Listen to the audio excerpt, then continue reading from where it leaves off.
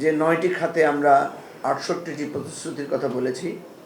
প্রথম হচ্ছে শিক্ষা, এরপরে হচ্ছে স্বাস্থ্যসেবা, এরপরে হচ্ছে যোগাযোগ ব্যবস্থা, এরপরে ভূমি ব্যবস্থাপনা, সামাজিক আবাসন ও নিরাপদ বাসস্থান, বেকারত্ব সমস্যার সমাধান, পরিবেশ রক্ষা, নারী নিরাপত্তা ও সুরক্ষা, পররাষ্ট্রনীতি এবং সর্বশেষ প্রতিরক্ষা ও জাতীয় নিরাপত্তা। মুখস্থ নির্ভর যে শিক্ষা পদ্ধতি আমাদের আছে সেটাকে আমরা সংস্কার করব। স্কুল ছাত্রদের জন্য আলাদা বাস থাকে এবং নিরাপদে তারা যাতে সেই যাতায়াত স্কুলে যেতে পারেন, যানজট নিরসন হয়। আলাদা আলাদা গাড়ি না থেকে সেগুলোতে যাতে লাইভ ট্র্যাকিং সুবিধা সহ অভিভাবকরা যাতে বাসের অবস্থান জানতে পারেন, সেরকম একটা শিক্ষাক্ষেত্রে আমরা এরকম 8টি পরিকল্পনা আমরা নিয়েছি। জাতীয় স্বাস্থ্য বীমা আমরা চালু করার চিন্তা করেছি। একটি জাতীয় স্বাস্থ্য বীমা চালু করা হবে যাতে প্রতিটি নাগরিক আর্থিক সুরক্ষা পায়। প্রত্যেক বাংলাদেশিকে একটি ইউনিক হেলথ আইডি কার্ড দেওয়া হবে। এই হেলথ কার্ড কেন্দ্রীয় ডাটাবেসের সঙ্গে সংযুক্ত থাকবে এবং রোগীর চিকিৎসা ইতিহাস ও বীমা অবস্থার তথ্য সেখানে থাকবে। ইউনিয়ন পর্যায়ে প্রাথমিক যে স্বাস্থ্য কেন্দ্রগুলো আছে এগুলোর মান অবস্থানকে আমরা উন্নত করার জন্য পদক্ষেপ নেব।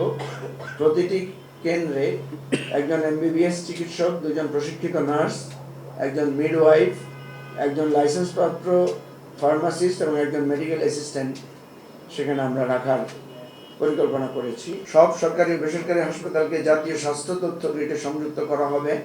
স্বাস্থ্য নথি, প্রেসক্রিপশন, রেফারাল এবং বীমা দাবি ডিজিটাল, নিরাপদ ও বহনযোগ্য থাকবে।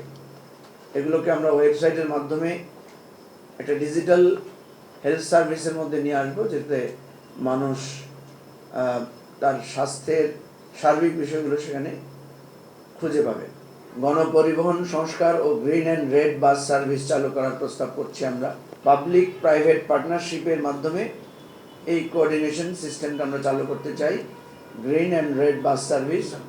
এবং এই ট্রাভেল কার্ড এই সার্ভিসগুলোতে যাতে একই কার্ড দিয়ে মেট্রো রেল এবং এই সমস্ত বাসে চলাচল করা যায় সে ব্যবস্থাটা আমরা চিন্তা করছি। মধ্যবিত্তদের জন্য এক ধরনের সামাজিক আবাসন তৈরি করা হবে সরকারি খাস জমিতে বেসরকারি উদ্যোগকে সম্পৃক্ত করে।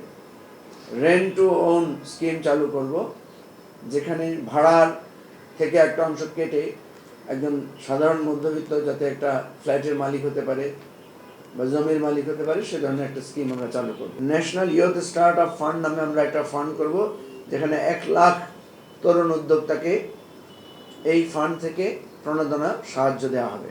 মধ্যপ্রাচ্য, দক্ষিণ পূর্ব এশিয়া, ইউরোপ ও উত্তর আমেরিকার দেশগুলোর সঙ্গে দ্বিপাক্ষিক চুক্তি করা হবে যাতে বিদেশে তরুণদের জন্য নিরাপদ, ন্যায্য ও আইনসম্মত চাকরির পথ উন্মুক্ত হয়। বড় শহরগুলোতে বাধ্যতামূলক ইকোলজিক্যাল জোনিং চালু করা হবে। শহর ও জনবহুল এলাকায় smart street light, CCTV monitoring এবং গণপরিবহনে নারী সিট, সিসিটিভি, GPS ট্র্যাকিং চালু করা হবে। রাতে নিরাপদ চলাচলের জন্য নির্দিষ্ট নাইট বাস ও সেফ স্টপ চালু করা হবে, বিশেষ করে কর্মজীবী নারী ও শিক্ষার্থীদের জন্য। শিশু ও বয়স্কদের জন্য দিবা যত্ন কেন্দ্র স্থাপন করা হবে। পারিবারিক সহিংসতা ও ধর্ষণ প্রতিরোধে আইন সংস্কার করা হবে। পারিবারিক সহিংসতা ও ধর্ষণ সংক্রান্ত আইনসমূহ পর্যালোচনা ও সংস্কার করা হবে নারীর নিরাপত্তা নিশ্চিত এবং বিচার প্রক্রিয়া দ্রুত ও কার্যকর করার লক্ষ্যে। নারীর দৈনন্দিন চলাচলের নিরাপত্তা ও মর্যাদা নিশ্চিত করা হবে।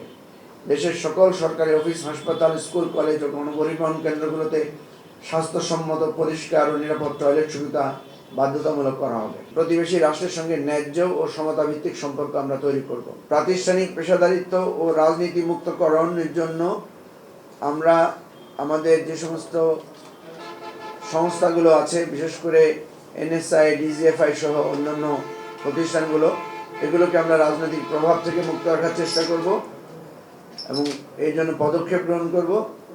সুনির্দিষ্ট আইনি কাঠামোর মধ্যে এই সমস্ত প্রতিষ্ঠানকে আনা হবে।